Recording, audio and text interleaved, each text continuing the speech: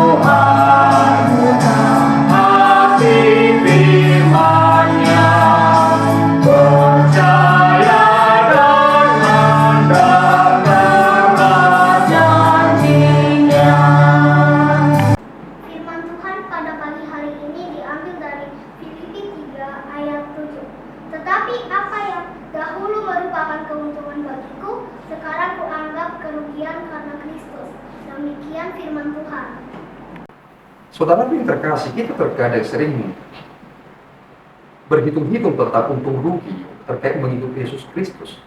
Tetapi yang menjadi pertanyaan bagi saudara adalah, apa yang selama ini menurut saudara adalah keuntungan sebelum mengikuti Kristus?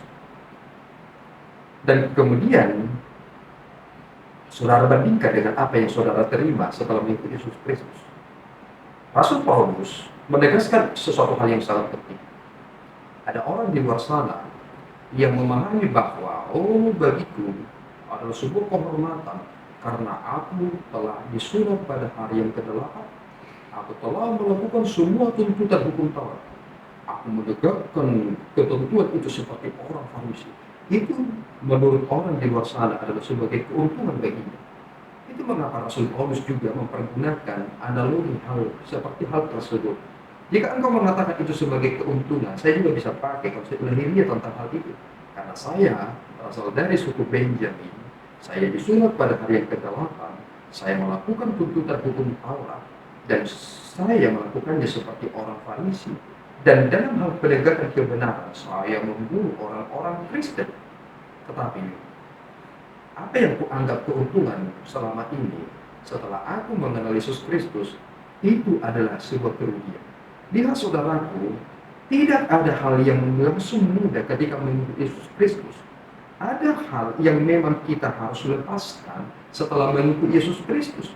Bukan pula saudaraku, saudara sudah mengikuti Yesus Kristus, tetapi hal-hal yang buruk, hal-hal yang lama itu terus saudara bawa di dalam diri saudara. Dan itu yang akan menghancurkan saudara. Ada hal yang harus dilepaskan untuk mendapatkan hal yang lebih besar. Dan hal yang lebih besar yang telah kita terima adalah seperti yang disampaikan oleh Rasul Paulus dalam teks kita hari ini adalah kita telah menerima pengenalan yang sempurna akan Allah kita, yakni Yesus Kristus Tuhan kita. Ini adalah pengenalan yang sangat mulia sekali. Sehingga cara berpikir Paulus adalah, ya aku melakukan hukum Taurat, tetapi ketika aku melakukan hukum Taurat, ini adalah sebuah gambaran yang mencakup sesuatu yang tidak menggambarkan seluruhnya secara menyeluruh. Tetapi ketika aku beriman kepada Yesus Kristus, pemenuhan akan keilahian itu telah aku dapat terima dan pahami, sehingga aku telah memahami tentang kealahan dan keilahian Allah itu. Ini menjadi sangat penting saudaraku, karena barang siapa yang tidak menerima Yesus Kristus, kealahan apa yang bisa mereka jelaskan? Jika mereka menolak Yesus Kristus, keilahian apa yang boleh mereka jelaskan? Yesus Kristus mengatakan tidak ada yang bisa sampai kepada Bapa kalau tidak melalui aku. Pintunya adalah Yesus Kristus dan pemenuhannya ada pada Yesus Kristus. Tetapi ini menjadi banyak orang salah berpikir, dan malahan ada yang ingin memutarbalikkan fakta, mempengaruhi pemahaman orang-orang Filipi supaya mereka kehilangan pemahaman kebenaran yang sejati itu dengan menambahkan ini dan lain sebagainya. Dan ini adalah suatu hal yang sangat mengerikan. Jika saudara pernah mendengarkan ada orang berkata kotor, saudara mungkin panas hati. Tetapi entah bagaimana, Paulus pernah mengatakan hal yang demikian kepada orang-orang Farisi itu yang memahami tentang legalisme itu. Dia mengatakan pada Filipi 3 ayat 2, hati-hatilah terhadap anjing-anjing. Mengapa mereka disebut demikian? Karena mereka ingin merusak dengan merebut apa yang ada padamu. Iblis ternyata mempergunakan mereka-mereka ini yang ingin membanggakan dirinya ini untuk merusak iman itu. Yesus Kristus telah mengingatkan kita, untuk menjadi pengikutku, engkau harus menyangkal dirimu dan memikul salibmu. Tetapi mereka-mereka yang tidak bisa menyangkal diri mereka akan dipakai oleh si iblis untuk menjebak mereka-mereka yang telah beriman kepada Yesus Kristus.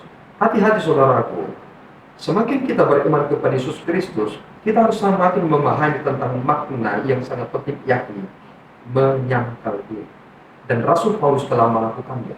Baginya, kerugian besar yang aku miliki itu, tetapi keuntungan yang besar saat aku telah berada di dalam Yesus Kristus.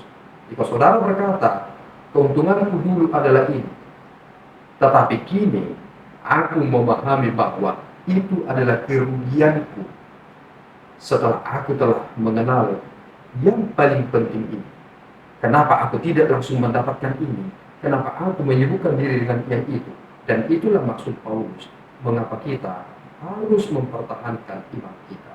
Kiranya Tuhan menolong saudara. Amin, kita berdoa. Ya Tuhan, kami bersyukur atas berkat. Terima kasih Bapa atas anugerah yang telah kami terima dalam kesempatan yang baik. Engkau telah mengutus seorang hamba yang sangat luar biasa, yang menjelaskan kepada kami dengan begitu detail terkait tentang apa yang telah kami terima setelah kami beriman kepada Yesus Kristus, dan apa yang kami anggap keuntungan selama ini sebelum kami beriman kepada Yesus Kristus ternyata adalah sampah, dan kami akan meninggalkan itu.